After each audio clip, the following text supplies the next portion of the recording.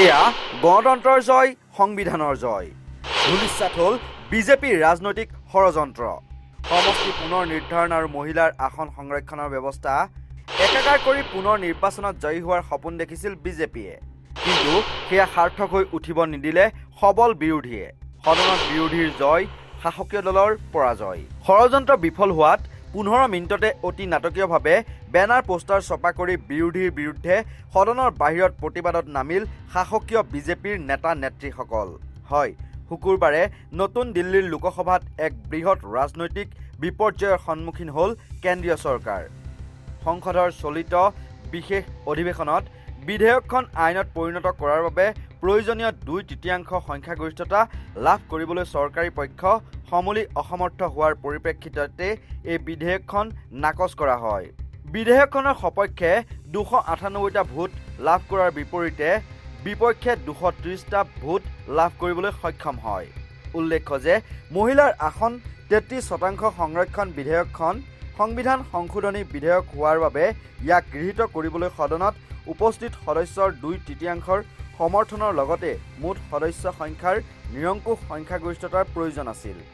কিন্তু ভোটগ্ৰহণৰ সময়ত বিৰোধী দলসমূহে ঐক্যবদ্ধভাৱে বিধেয়কখনৰ বিপক্ষে অৱস্থান গ্ৰহণ কৰাৰ ফলত চৰকাৰে এই নিৰ্ধাৰিত সংখ্যা স্পৰ্শ কৰিবলৈ সক্ষম নহ'ল।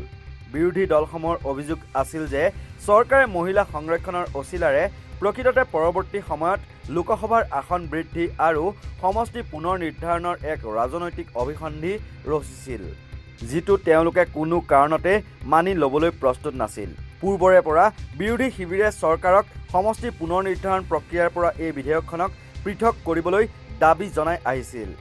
বিধেয়কখন নাকচ হোৱাৰ পিছতে সদনৰ বাহিৰত প্ৰতিক্ৰিয়া ব্যক্ত কৰি কংগ্ৰেছকে ধৰি অন্যান্য বিৰোধী দলৰ নেতাসকলে চৰকাৰৰ এই নীতিক তীব্ৰ সমালোচনা কৰে।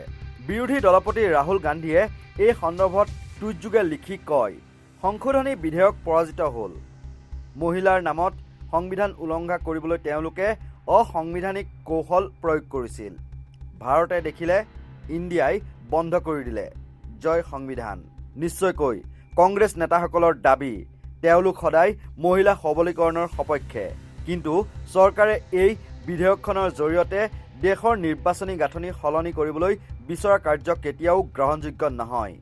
আনহাতে শাসকীয় পক্ষৰ এগৰাকী জ্যেষ্ঠ মন্ত্ৰীয়ে এই ঘটনাত গভীৰ উদ্বেগ প্ৰকাশ কৰি কয় যে বিৰোধীৰ অসহযোগিতা আৰু ৰাজনৈতিক উদ্দেশ্য প্ৰণোদিত স্থিতিৰ বাবেই আজি দেশৰ মহিলাসকলে তেওঁলোকৰ ন্যায্য অধিকাৰৰ পৰা বঞ্চিত হ'বলগীয়া হ'ল।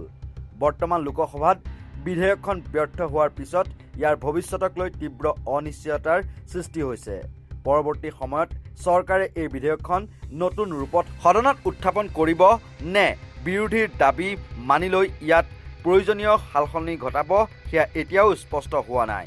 সমগ্ৰ দেশৰ ৰাজনৈতিক মহলৰ লগতে সাধাৰণ জনতায়ো এতিয়া পৰৱৰ্তী ৰাজনৈতিক পদক্ষেপৰ ওপৰত তীক্ষ্ণ নজৰ ৰাখিছে। উল্লেখ কৰি থওঁ, নাৰী শক্তি বন্দন অধিনিয়ম বিধেয়ক 2023 চনতে ৰাজ্যসভাত সৰ্বসন্মতিক্ৰমে আৰু লোকসভাত মাত্ৰ দুগৰাকী সাংসদৰ বিৰোধিতাৰ মাজেৰে পাছ হৈছিল।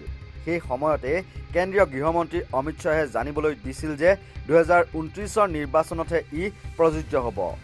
প্ৰথমে লোকপিয়ল আৰু তাৰ পিছত সমষ্টি পুনৰ নিৰ্ধাৰণৰ পিছত এই আইন প্ৰযোজ্য হোৱাৰ অৱকাশ ৰাখিছিল। কিন্তু এতিয়া সমষ্টি পুনৰ নিৰ্ধাৰণৰ সৈতে মহিলাৰ আসন সংৰক্ষণৰ প্ৰসংগ একাকাৰ কৰি ৰাজনৈতিক ষড়যন্ত্ৰত লিপ্ত হৈও সদনত বৰ বেয়াকৈ মুখ থেকেচা খালে শাসকীয় বিজেপিয়ে। নিউজ ডেস্কৰ ৰিপৰ্ট, নৰ্থ ইষ্ট নাও।